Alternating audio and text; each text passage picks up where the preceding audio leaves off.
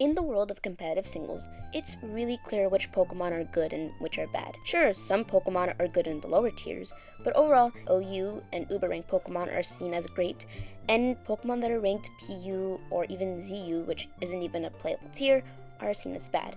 It's pretty obvious, and it's clear-cut. It's based on their usage rates, and numbers don't lie. But there is a format very similar to just normal competitive singles, where Pokemon who are ranked NU, PU, or even ZU can be even more valuable than certain legendaries. In this format, it's called random battles, where you get a randomized team where each Pokemon is scaled based on how good they usually are to make it fair. Pokemon are given viable stat spreads, tear types, moves, and items in this format. Pokemon that you would usually completely disregard normally or not even catch in a normal playthrough can be an absolute gold mine and Pokemon that players pray that they will get, for reasons that I will explain to you. First off is Tropius. Tropius is the poster child for this video.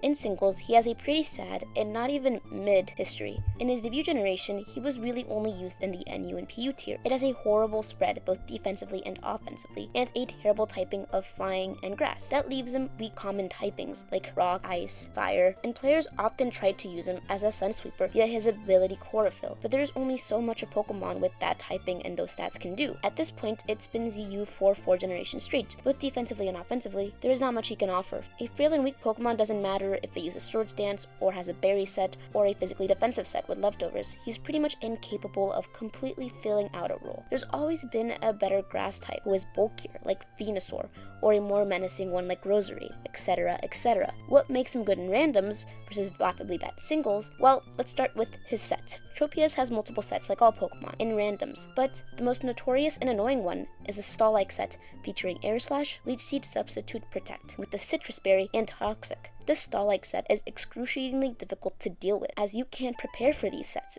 In randoms, it's very hard to power through them because you have to have the exact Pokemon to deal with it. It's made even harder by the fact that since he's normally so bad, he is but as level 99. It's pretty funny that Pokemon with such bad defensive typing would be a beast on the defensive front.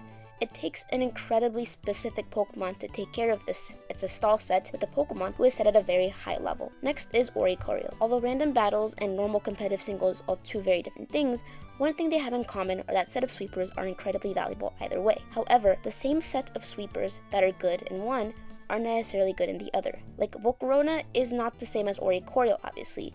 You wouldn't use an Oricorio in OU. It's really bad actually, except in randoms, where it's much more valuable. See, Oricorio may have made its debut in the PU tier. It's not the best thing ever, obviously. I mean, even though it has a cool gimmick and has multiple forms and has Revelation Dance, it has these terrible stats. It was not going to get far even with the Quiver Dance. There is not one stat above 100.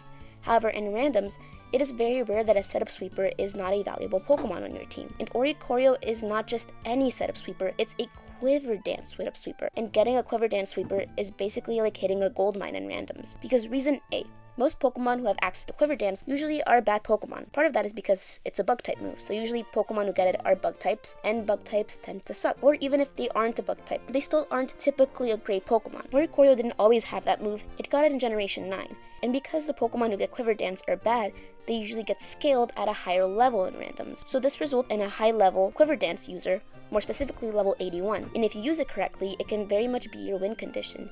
And because Revelation Dance depends on the typing, you can also take advantage of your Terra type and get great coverage. It is one of the best users of Quiver Dance in randoms, because you know that Revelation Dance will always be offensively menacing. Next is Gumshoos. Gumshoos was introduced in Gen 7 as an early route Pokemon. And like most early route Pokemon, he wasn't particularly notable in any particular way. Gumshoos debuted in the PU tier like almost every single mon on this list, and it's pretty obvious why. A lackluster offensive and defensive typing combined with the stats of an early route Pokemon. Its only above average stat is its attack stat at 110.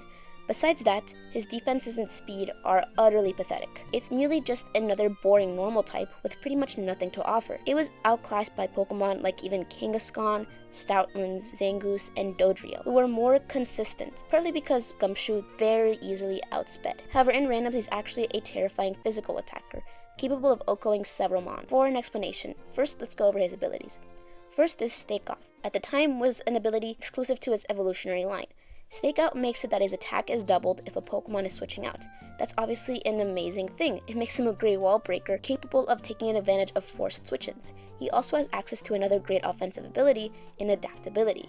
Adaptability makes it so that Stab goes from giving him a 1.5 boost to just straight up doubling it. Combine that with the Choice Band that he's almost always running, and his Terror type being normal to give him an even bigger boost, and the fact that because Gumshoos is so bad normally, it gets balanced at level 95 in randoms, this makes him a great user of his favorite stat move in Double Edge. He is one of the scariest wall breakers, no joke. He's one of those Pokemon that because of power scaling, he is ridiculously hard to deal with and to switch into.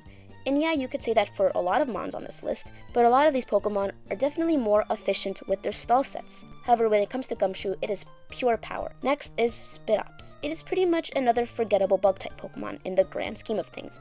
His stats are among the least impressive on this list, and while he does have access to stakeouts like Gumshoos, he cannot take advantage of it because his attack stat is not even above average. Even among other stakeout users, he's probably the least impressive user of it. It's definitely worse than Gumshoos. On top of that, he also has Insomnia. Gen 9, sleep moves have been all banned, so that's a useless ability. He doesn't even have an interesting secondary typing to give him a good stab combination. So how could he ever have any redeeming qualities in singles, even with power scaling? Well, in the world of randoms, that's pretty simple. It comes down to its move pool. Number 1, Sticky Web. Spidops has access to Sticky Web. In singles, that's already a pretty rare and viable move. That's part of the reason that a Pokemon like Ribombee is used in the highest tier of Ubers. In randoms though, it's even rarer to find because obviously everything is random. So Sticky Web users are almost always valuable. But that's not the only rare move he has access to. Speaking of hazards, he has access to spikes and toxic spikes to wear down your opponents. And unless you specifically get a Pokemon with Defog or a poison type, those toxic spikes are staying in. He also has access to Circle Throw. Circle Throw isn't exactly a useless move in singles, but it's just not particularly notable. I mean, it's good for neutering your opponent if they're trying to set up via setup sweeper, but why would it even be valuable in randoms? Well, it's pretty useful because unlike singles, in randoms there is no team preview, so Circle Throw is a very useful move to scout out your opponent.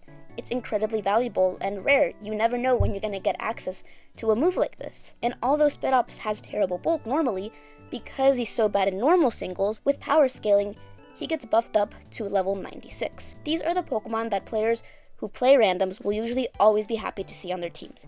It's interesting to play a format where you can actually be excited to get a Tropius instead of a Sneasler. And Pokemon that are usually considered S tier, you would maybe trade for a Pokemon that you would never even catch in a playthrough. It throws a wrench at our preconceptions of what makes Pokemon good or bad. But most importantly, it kind of makes us realize that one of the things that makes a Pokemon most valuable is its format.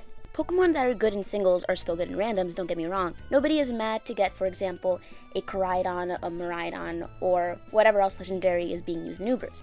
It's just that other Pokemon that are usually overlooked have very valuable traits that players usually love on their teams.